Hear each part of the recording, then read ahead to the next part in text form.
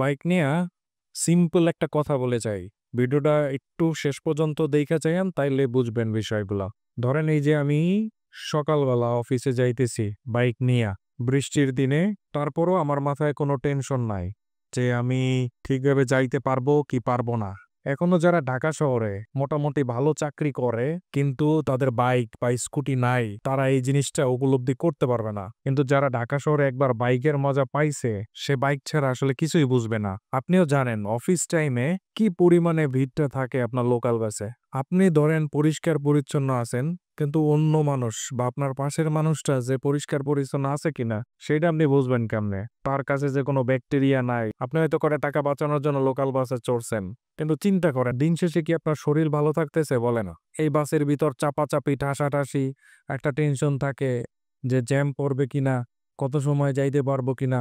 আপনি চাইলেই সুন্দরভাবে শান্তিতে যাইতে পারেন আপনি যদি সেকেন্ড হ্যান্ড একটা বাইক বা সেকেন্ড হ্যান্ড একটা স্কুটি কিনা টুকটুকাই অফিসে যান, তখনই এই জিনিসটা উপলব্ধি করতে পারবেন।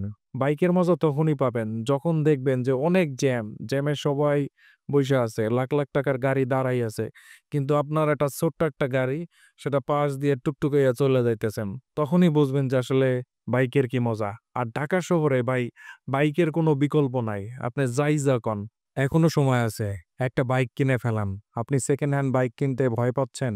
কোন জায়গা দিয়ে কিনবেন, কিভাবে কিনবেন, বাইকটা ভালো পড়বে কিনা, পার্টসপাতির দাম বেশি কিনা, মাইলেজ ভালো পাবো কিনা, এইসব প্রশ্ন যদি আপনার মাথার ভিতর ঘুরতে থাকে, ভাই আমার হোয়াটসঅ্যাপ নাম্বার খোলা আছে, মেসেজ দেন, আমি আপনাদের সাহায্য করবো সেকেন্ড হ্যান্ড বাইক কিনতে। আবার অনেকেই সেকেন্ড হ্যান্ড বাইক কিনা ধরা খায় যে ভাই বাইক তো কিনলাম, কিন্তু দেখা যায় যে মেকারের দ্বারে দৌড়িতে দৌড়িতেই তার দিন শেষ। সেরকম বাইক আমি সাজেশন করবো না। তো এখনো সময় আছে ভাই, ছোট্ট একটা বাইক কিনে অফিসে যাওয়া আসা করেন। অনেকে চিন্তা করতেছেন যে ভাই আমি যদি বাইক কিনে যদি আমার অ্যাক্সিডেন্ট হয়, আরে ভাই আপনি যে গাড়িতে যাইতেছেন, আপনার গাড়িটা যে অ্যাক্সিডেন্ট করবেন এটার গ্যারান্টি কি? গাড়িতে উঠলে পর যে আপনার ব্যাকটেরিয়া বা রোগ বালাই হবে না, এটার কোনো গ্যারান্টি আছে? কোনো গ্যারান্টি নাই ভাই। আপনি যদি সাবধানে গাড়ি চালান ঢাকা শহরে, আমার মনে হয় না যে আপনি ঝামেলার ভিতর পড়বেন।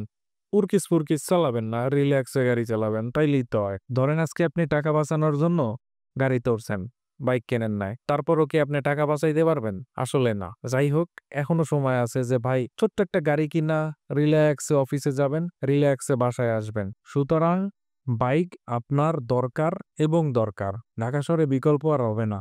আপনি যাই যা করেন। যদি আপনি চাকরিজীবী হন, আপনার অফিস কোথায় অবশ্যই একটু কমেন্টস করে যাইয়েন। আপনি কোথা দিয়ে কোথায় লোকাল বাসে যান একটু জানাই যাইয়েন। আমার কথায় যদি অমত হন, দ্বিমত হন, কমেন্ট বক্স খোলা আছে, কমেন্টস করে যাইয়েন যে ভাই আপনি ভুল, বাইক কেনা ভালো না। ঠিক আছে, আজকের মতো এখানে বিদায়। সুন্দর একটা বুদ্ধি দিলাম, যদি কাজে লাগান তো ভালো, না লাগাইলে তো আরো ভালো। আজকের মতন এখানে বিদায় নিতেছি। আল্লাহ হাফেজ।